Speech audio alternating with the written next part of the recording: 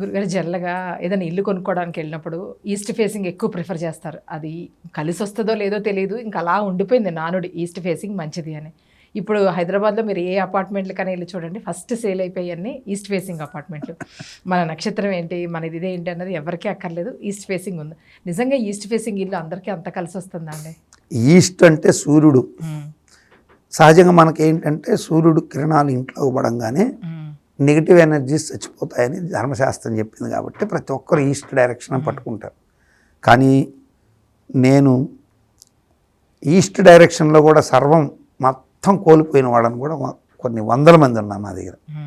నేను చెప్పిన తర్వాత మారి సౌత్ ఫేస్లోకి ఆఫీసులు కానీ ఇల్లులు కానీ మార్చుకొని అఖండంగా డెవలప్ అయిన వాళ్ళు ఉన్నారు.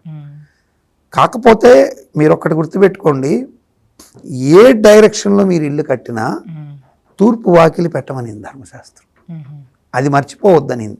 అది మర్చిపోబట్టే కష్టాలు వస్తాయి.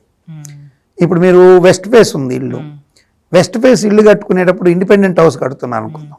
ఇండిపెండెంట్ హౌస్ కట్టేటప్పుడు ఏం చేస్తారంటే వెస్ట్ ఫేస్లో వాకిలి పెట్టుకుంటారు, ఈస్ట్లోకి వచ్చిన తర్వాత క్లోజ్ చేసేసి ఆ ఈస్ట్లో ఏదో ఒక నార్త్లోంచి దిగి వెళ్ళిపోయేటట్టు పెట్టుకుంటారు. అది తప్పు.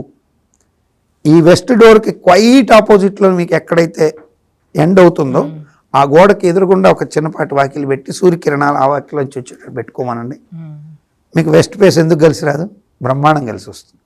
దక్షిణం ఫేస్ పెట్టారు, దక్షిణం ఫేస్ పెట్టినప్పుడు లెఫ్ట్ పక్క యాక్యురేట్గా మీకు తూర్పులో ఒక ద్వారం పెట్టుకొని చక్కగా ఇల్లు కడితే దోషం రాదు. అసలు దక్షిణ ఫేసింగ్ అసలు ప్రిఫర్ చేయరు కదా గురు. అదే తప్పు అంటున్నా.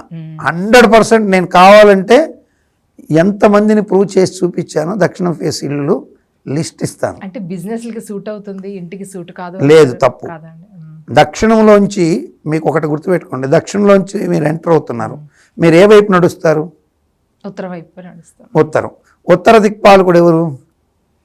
కుబేరుడు. అంటే నీ నడక యమధర్మరాజు ధర్మం వైపు నుంచి మొదలయ్యింది, ధనం దగ్గర ముగిసింది. అంటే నీకు ధర్మపరమైన ధనం వచ్చినట్టే లెక్క.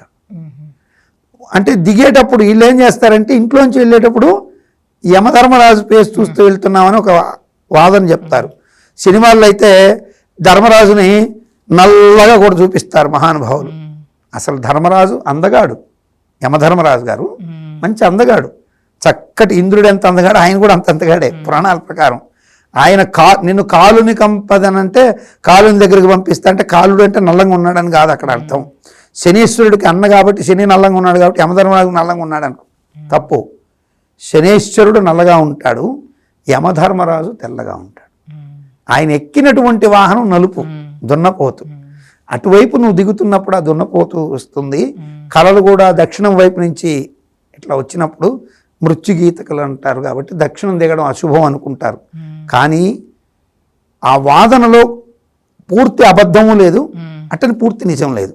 ఎందుకు అనేది చెప్తా చూడండి. ఇప్పుడు దక్షిణం మీరు దిగారు, దిగినప్పుడు దక్షిణం దిగిన నడకని తూర్పు వైపుకి వెళితే మీకు అదేమవుతుందంటే ఉచ్చస్థానం వైపుకి వెళుతుంది. మీరు దిగిన తర్వాత రైట్ తీసుకొని వెళితే అది నీచం వైపుకి వెళ్తుంది. కాబట్టి దక్షిణం వాకిలి దిగినప్పుడు రైట్ పాత్లోకి వెళ్ళేటువంటి వాకిళ్ళు పనికిరావు. నైరుతి నీచ, అక్కడికి పనికిరాదు. అది చాలాసార్లు ప్రూవ్ అయింది. దక్షిణం దిగి ఉత్తరం తూర్పు వైపు వెళ్తున్న ఇళ్ళల్లో ఉన్న వాళ్ళందరూ సూపర్ సక్సెస్ అవుతారు.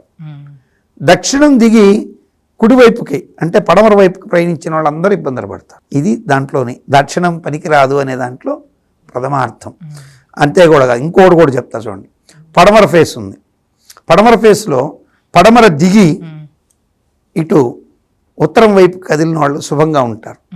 పడమర దిగి వెస్ట్ వైపు నుంచి లెఫ్ట్ పాత్కి అంటే నైరుతి వైపుకి వచ్చాడు అనుకోండి, వాడికి ఆ ఇంట్లో రోగము, వ్యాధు, లేకపోతే అనారోగ్యము, భార్యాభర్తల కలహాలు, ఏదో ఒక ప్రాబ్లం వస్తూనే ఉంటుంది.